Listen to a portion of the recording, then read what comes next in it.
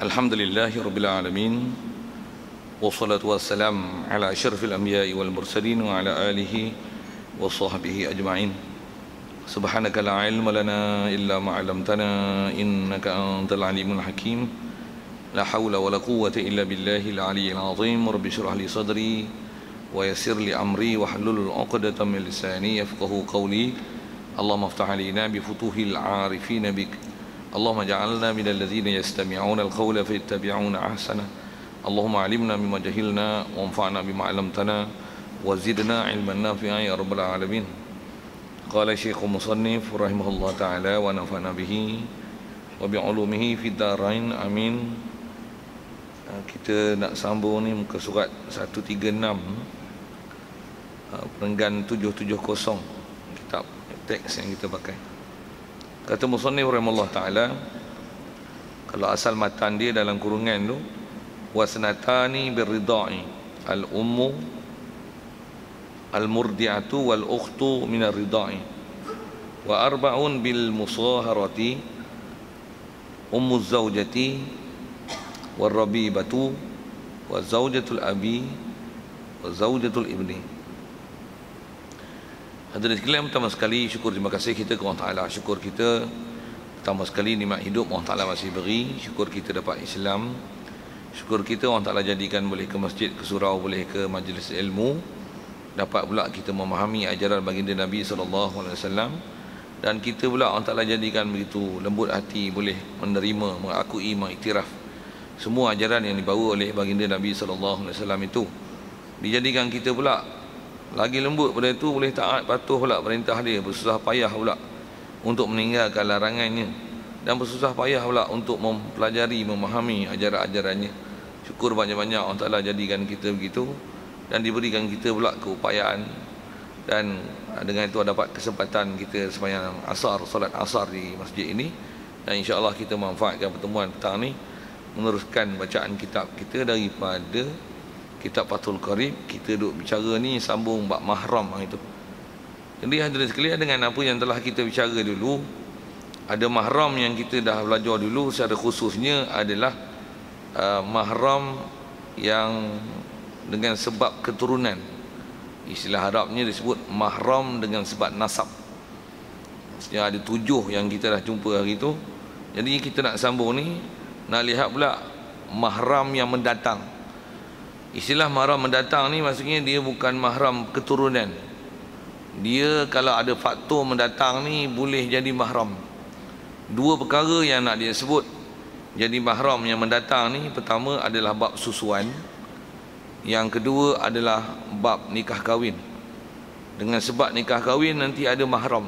Isteri itu taklah mahram. Semahram mana boleh buat isteri. Tapi dengan sebab perkahwinan nanti ada mahram yang dengan sebab itu dia mendatang. Jadi ada 2 perkara mendatang mahram ni. Yang kita nak sambung seterusnya adalah mahram dengan sebab susuan dan mahram dengan sebab musaharah. Tu istilah Arabnya. Yang terjemahan kitab lama, musaharah tu diterjemahkan sebagai persemendaan. Yang bahasa saya gunakan tadi perkahwinan.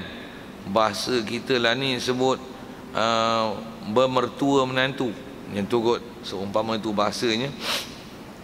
Begitu juga nanti dia akan ada tambahan yang disebut ada yang haram, yang jadi mahram dipanggil mahram sementara, yang dia bukan mahram sebenarnya, cuma haram dihimpun.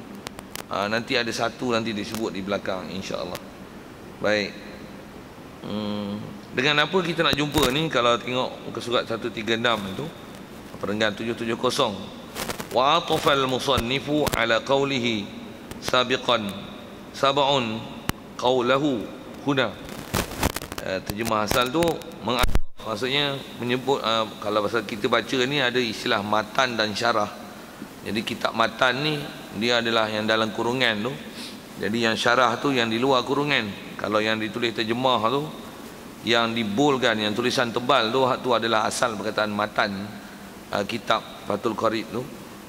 Matan Ghayah wa Taqrib. Dan yang di luar tu yang ditulis biasa tu, yang tak tebal tu, tu adalah syarahnya.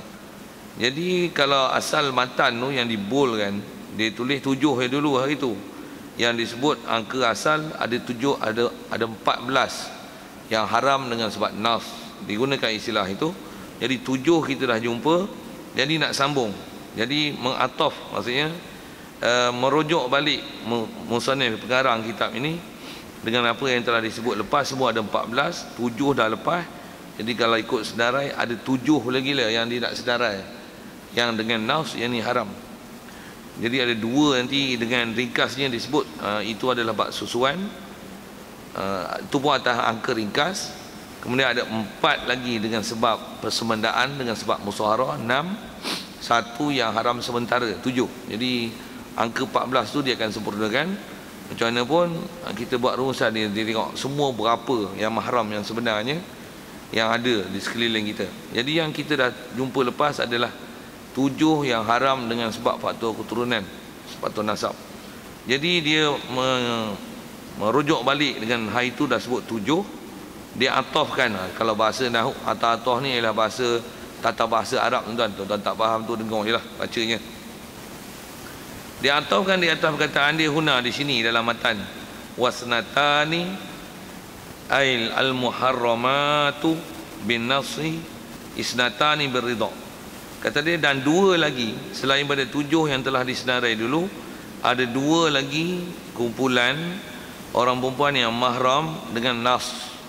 Nas, istilah nas ni maksudnya ada teks asal yang sebut dengan tentu. Hak tu dipanggil nas. Yang kita biasanya dah memang, kalau dah biasa ikut pengajian, memang kita dah faham istilah nas ni. Kerana nas ni tak dikatakan nas, melainkan teks asal daripada Quran hadis diistilahkan nas. Apa teks asal tu? Itu nas. Kerana ada hukum hakam yang kita pakai ni dengan apa yang telah dirumus oleh ulama. Ada yang istilahnya ambil pada nas, ada teks daripada Quran dan hadis. Ada di antaranya ambil dengan ijma', ada di antaranya dengan kaedah qiyas. Jadi memang Quran, hadis, ijma', qiyas ni ialah alat-alat, ataupun silap sebut alat, adalah sumber yang digunakan oleh ulama kita untuk ambil faham pasal hadis, Quran. Dia memang asal, teks asal, tapi untuk mengembangkan, memahamkan makna dia, ada di antaranya ada yang sabit dengan ijma', ada yang sabit dengan qiyas. Yang tu yang kena ulama yang menghurai tu, Quran hadis tu. Baik, macam mana pun ada 2 dia sebut ni sambung. Yang haram dengan teks asal dalam hadis ada sebut. Yang isnatan ni kata dia, kedua-dua ni haram birridha dengan sebab susuan. Jadi ada nas yang datang daripada hadis sebut haram sebab susuan ni, teks yang sebut tu 2. Baik, mana dia 2 itu? Al-ummu murdi'atu, pertama adalah ibu yang menyusukan. Kemudian wal ukhtu minar ridha, adik-beradik daripada yang sesusuan. Yang adik-beradik sini, ukhtu ni kalau bahasa Arab ialah adik-beradik perempuan. Baik, kita ambil faham dulu 2 tu. Baik, 2 yang disebut asal dalam matan ni, ibu yang menyusu. Baik, kena nak faham bab susuan sikit. Macam mana pun bab susuan ni dalam kaedah syarak kita, untuk sabitkan susuan ni dia ada syarat-syarat dan rukunnya. Kalau sebut pun saya sebutkan menyambil tadi, nanti insya-Allah. Macam mana pun kalau sebut sekali lalu, antara syarat susuan untuk jadi ibu susu, yang nanti seorang kanak-kanak yang menyusu pada seorang perempuan ni dihukumkan sebagai anak susunya, antara syaratnya adalah 5 kali susuan. Istilahnya 5 kali. Walaupun ramai orang mensyarahkan dan memberi huraian 5 tu 5 kali kenyang. Ramai orang sebut itu. Ustaz-ustaz pula tu yang menyebutnya. Ustaz popular pula tu. Yang ni yang kita kata ilmu tuan-tuan, dia tak boleh kelentong dengar gitu. Dia kena ada tempat rujukan, tengok apa syarah ulama. Ulama syarah lama dah. Kita kadang-kadang bila ilmu yang kita tak tengok dengan cara halusi apa yang ulama sebut, ada benda yang kita faham kasar tu yang kadang buat silap tu. Okey, macam mana pun nak sebut tentang angka 5 tu. Jadi yang menyebabkan jadi susuan adalah 5 kali susu, bukan 5 kali kenyang. Tak disebutkan kenyang itu sebagai syarat, tapi mesti ada istilah 5 kali. Okey, saya rasa saya tak panjangkan tu, cukup untuk sekadar tu. Dan bila kata 5 kali itu maksudnya mestilah ada istilah kali itu 5, dan sabit susu tu mesti masuk ke rongga, maksudnya masuk dalam perut, masuk dalam jauh. Dia tak memada dengan dikulum di mulut lepas tu luah, tak memada, mesti telan. Dan umur kanak-kanak yang menyusu itu mestilah sabit tak sampai 2 tahun komariah. Anak tu laki perempuan tak kira, tapi mestilah anak itu umurnya tak sampai 2 tahun.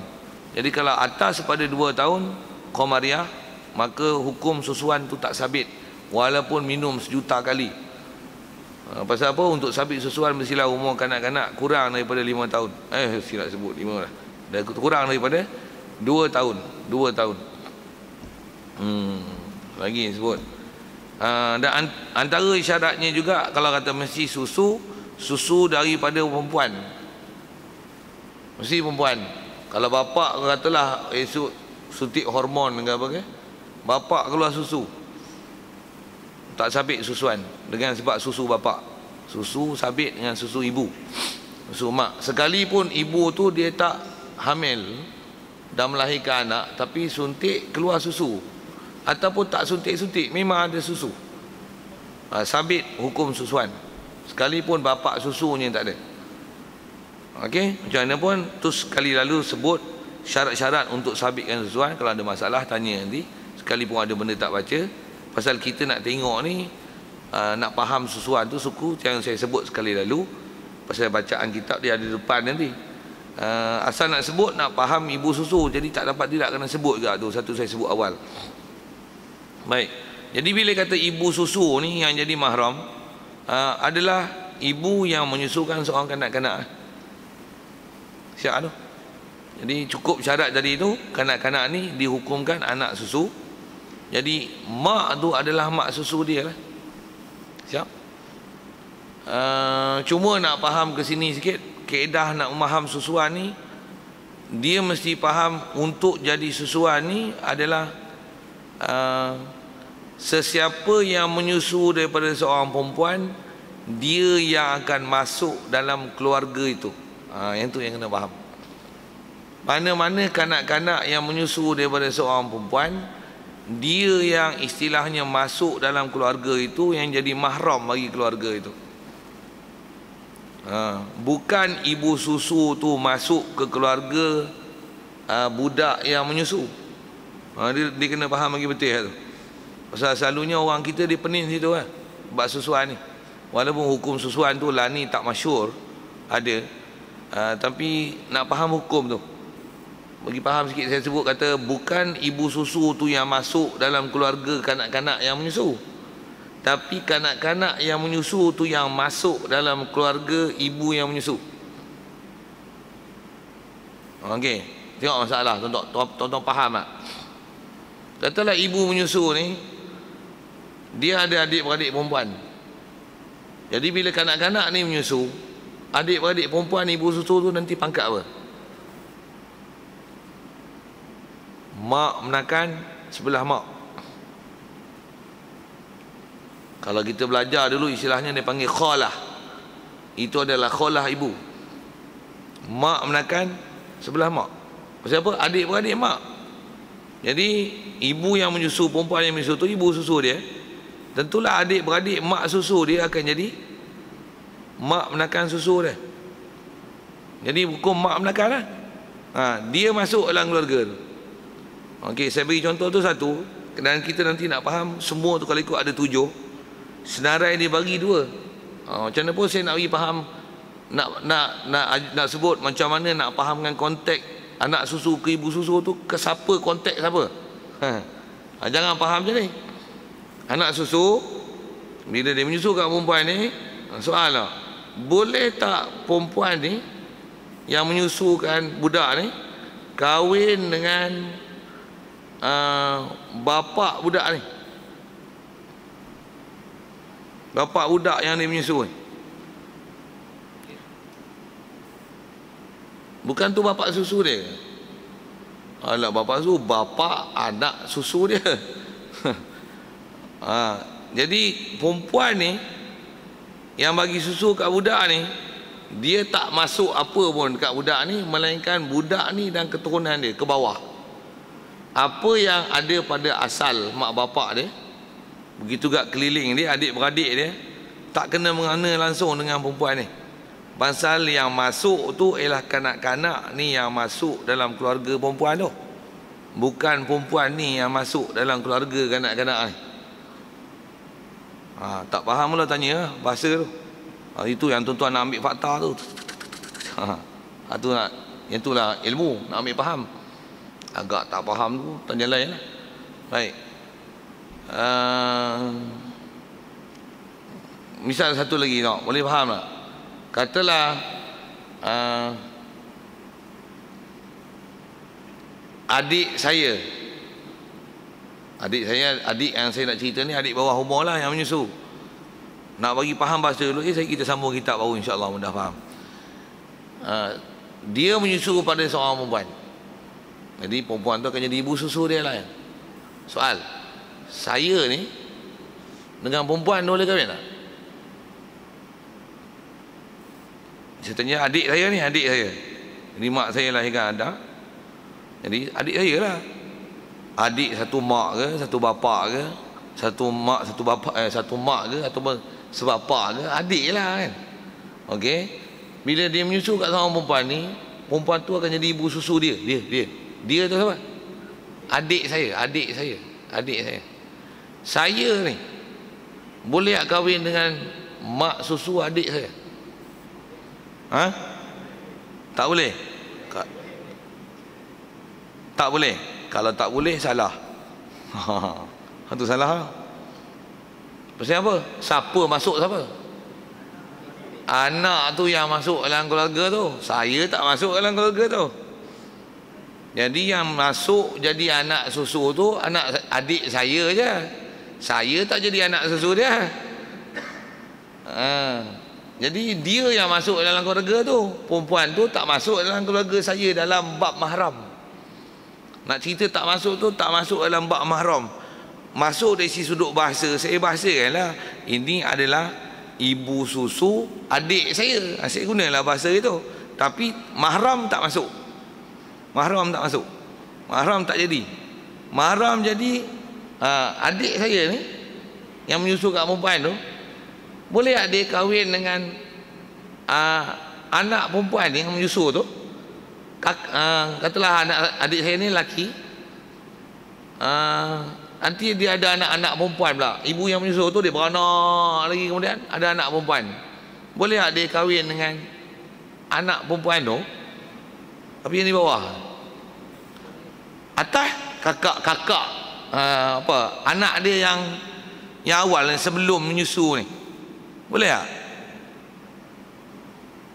Budak tu saya cerita adik ni, contoh adik saya gunakan bahasa adik dia. Boleh? Tak boleh ya. Siapa?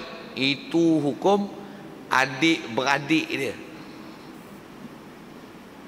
Dia masuk dalam keluarga tu. Pahaman mudah kalau Melayu ni, dia macam faham keluarga angkat Melayu. Yang Melayu faham keluarga angkat tu macam mahram. Itulah sepatutnya bukan keluarga angkat, sepatutnya itulah keluarga susu. Dengar saya sebut, kan ada program anak angkat kan. Apa selalu jadi kat program anak angkat kan? Anggaplah semua makcik, pakcik ni sebagai mak bapak engkau betul. Lepas tu anak-anak makcik yang lain ni macam adik-beradik engkau juga. Betul ya? Melayu punya passion keluarga angkat macam ni lah. Inilah Melayu Al-Bangangi. Lepas tu salam ikut dan lepas tu dengan aurat pun tak jaga. Ni yang payah. Saya kata payah tu pasal Al-Bangangi. Pula tu program tu dimasyurkan. Pula tu macam betul pelaksanaan syaraknya. Tu yang tak jadi tu. Pula tu yang buat program ni orang cerdik pandai. Orang mana selalu buat program angkat-angkat ni? Orang tadika, pasti taski. Orang universiti lah weh. Nampaknya universiti lebih bodoh. Oh, sedap banyak orang universiti hari ni. Kita berbual orang universiti hari ni, bodoh hari ni. Program anak angkat dengan pelajar universiti mana-mana gini. Untuk bagi bapa angkat, mak angkat masing-masing. Waktu jadi keluarga. Tak betul. Angkat-angkat tak ada keluarga. Adik angkat, kakak angkat, bapa angkat, mak angkat, tak jadi keluarga, tak jadi mahram. Itulah sepatutnya dipahamkan dalam bab susuan. Tapi bab susu tak faham. Bab susu duk pening tak faham. Bab angkat faham sikit gitu, saja usik-usik tu. Tak faham tanya balik lah. Jadi kalau orang duk faham keluarga angkat, tu mak betul, itu macam bapak betul. Anak mak angkat pak angkat tu macam adik beradik betul. Itulah sepatutnya ibu susu. Ibu susu betul, bapak susu. Adik anak bagi mak bapak susu tu apa? Adik beradik betul, macam adik beradik betul. Cuma yang tu namanya adik beradik susu. Adik beradik mak, mak menakan sebelah mak, tu mak menakan betul. Adik beradik perempuan yang sebelah bapak susu, tu bapak hukum pak menakan betul. Martabat dia tu. Untuk kita pula adik beradik. Adik beradik ya, kalau katalah kita menyusu kat perempuan tu, anak-anak yang pernah keluar daripada perempuan tu adalah hukum adik beradik. Kita adalah hukum adik beradik. Anak yang keluar ikut perempuan tu, sama ada keluar ni daripada satu bapa lain, mak lain, pernah perempuan ni beranak dengan anak, keluar dari perut dia, kita dengan anak dia tu, anak dia anak betul yang keluar daripada perut dia tu adalah hukum adik beradik. Adik beradik. Anak daripada adik beradik itu adalah hukum anak menakan kita, anak menakan betul. Cuma bila bab susuan, anak menakan susu, tu yang nanti jadi 7. Siapa yang menyusu kat perempuan tu, keliling dia 7 mahram. Kita baru sebut 1. Baca tu baru 1. Apa? Ibu yang menyusu baru 1. Memang dalam matan disebut 2. Sekali dia buat rumusan ada 7 semua. Walaupun angka disebut 2 je. Baik. Rasanya penjelasan tu saya dah beri. Macam mana nak fahamkan konteks siapa tu. Jadi pertama ialah dengan sebab susuan itu, mak yang menyusukan kanak-kanak, cukup syarat tadi. Yang keduanya ialah al-ukhtu minar ridha, adik-beradik perempuan daripada sesusuan, daripada susuan. Bagi faham elok bahasa tu, adik-beradik perempuan sesusuan. Apa maksudnya? Adik-beradik perempuan maksudnya, saya nak guna syarah gini, mana-mana anak yang pernah keluar daripada perut. Perut tu bahasa yang selalu kita pakai lah kan. Walaupun bukan mana keluar pada perut. Keluar pada perut ni tai, keluar pada rahim, tapi dah biasa sebut perut kan. Perut besar apa maksudnya? Hamil. Orang tak sebut perut besar tu boroi kalau orang perempuan. Perut besar apa? Maksudnya apa? Mengandung. Orang tak kata rahim besar. Sikit saya nak guna bahasa tu kalau tuan-tuan terkeliru dengan bahasa. Jadi kita kalau menyusu kat perempuan tu, mana-mana yang perempuan tu pernah keluar anak daripada perut dia, saya gunakan bahasa perut pernah keluar daripada perut dia, itu ialah adik-beradik kita. Kalau perempuan, adik-beradik perempuan. Kalau lelaki, adik-beradik lelaki. Cuma sambung belakang, adik-beradik lelaki atau perempuan yang sesusu. Istilah sesusu tu apa? Yang keluar anak daripada perempuan yang menyusukan kita. Tu semua kau adik-beradik. Sama ada yang satu batch dengan kita ataupun senior kita. Maksudnya anak yang dia belum beranak sebelum yang duk menyusu sekali tu, kakak-kakak kita tu, kakak dah abang. Ataupun tak senior tu, junior kita, junior. Faham bahasa senior junior tak? Tak faham tu, perak ke mana tu, ada orang ni bahasa Melayu tak tu, orang putih tak pandai. Okey, saja saya usik-usik bahasa tu. Okey. Itu adalah hukum adik-beradik sesusu. Istilahnya adik-beradik sesusu pasal keluar susu daripada mak yang sama. Itu dipanggil adik-beradik susu. Begitu juga hukum sesusuan, siapa dia? Adik kanak-kanak lain yang pernah menyusu dengan perempuan ni. Itu pun hukum adik-beradik susu juga. Pasal apa? Sabit yang susuan, anak yang pernah keluar pada perempuan ni. Mana-mana kanak-kanak yang pernah menyusu dengan perempuan ni, semua adalah hukum adik-beradik susu juga. Jadi asal disebut dalam matan 2. Kalau ikut angka sebenarnya bukan 2. 7. Cuma ada hadis sebut yahrumu minar ridha ummu murdi'ah wa ukhtuha wa ukhtu minar ridha, silap, wa ukhtu minar ridha, lafaz dia macam tu, atau kama qala, saya ingat dia macam tu bunyi hadis dia yang Rasulullah pernah sebut dalam hadis, bunyi 2 tu. Tapi ada hadis lain yang tak sebut dengan 7 tu, tapi dia pergi dengan formula yang dia akan sebut dalam matan nanti, saja sebut hadis tu yahrumu minar ridha ma yahrumu minan nasab. Yang tu yang ulama ambil huraian asal dengan nas, dengan teks yang mentah-mentah Rasulullah sebut 2. Ambil faham dengan umum hadis lain, campur ada 5 lagi yang jadinya 7. Yang 7 ni sama format macam mana faham bab nasab dulu. Okey, macam mana pun saya nak sebut 7 tu dulu. Selagi baru baca kitabnya, dia nak sebut kenapa dia ringkaskan 2, dia tak sebut 7. Baik. Jadi 7 tu siapa? Nampak? Kita buat kita senang. Walaupun kita tak ada menyusu mana-mana, sebut kita tu saya nak sebut supaya memudah faham. Okey. Yang ni kena remind your lesson lah, last month. Apa dia? Okey, 7 yang mahram kita sebab keturunan. Ingat balik. Walaupun tak panjang, 7 yang dengan mudahnya kita boleh tahu usul, furu' dan hawashi. Mesti tahu.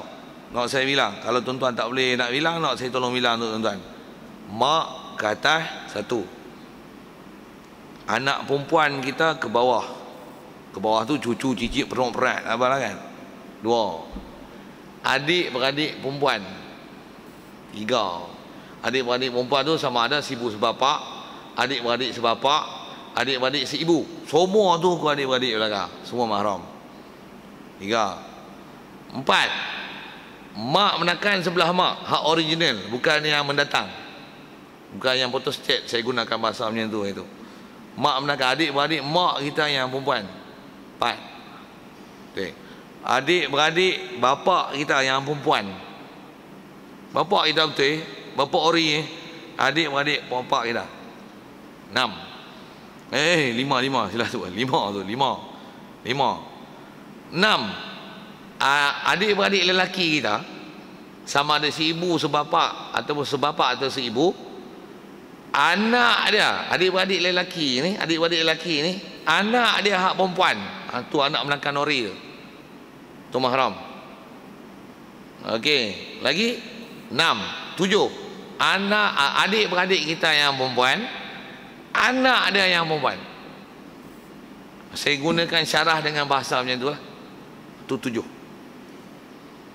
Okey, itu haram dengan sebab keturunan. Baik. Sekarang bab menyusu. Kita menyusu kat perempuan tu, mak susu. Siapa yang susu dengan perempuan ni? Cuma saya nak suruh ni adalah adik-beradik susu. Adik-beradik susu. Cuma kalau nak ke bawah tu macam mana? Okey. Isteri kita, dia kena macam tu sikit. Pasal kalau kita beranak, anak susu anak kita betul kan? Isteri kita dia bagi menyusu kat seorang budak. Tu anak susu. Itu anak susu. Tu anak susu. Anak susu ke bawah. Anak susu punya anak susu, anak susu punya anak susu ke bawah. Saya nak kira tu, kira ikut tertib nasab juga. Jadi ibu susu.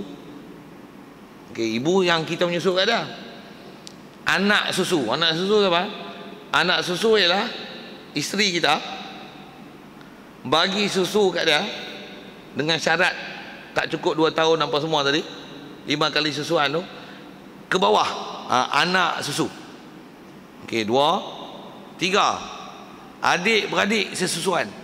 Mana-mana budak, kalau budak lah yang menyusu dengan perempuan ni, dan mana-mana anak yang keluar daripada perut perempuan ni.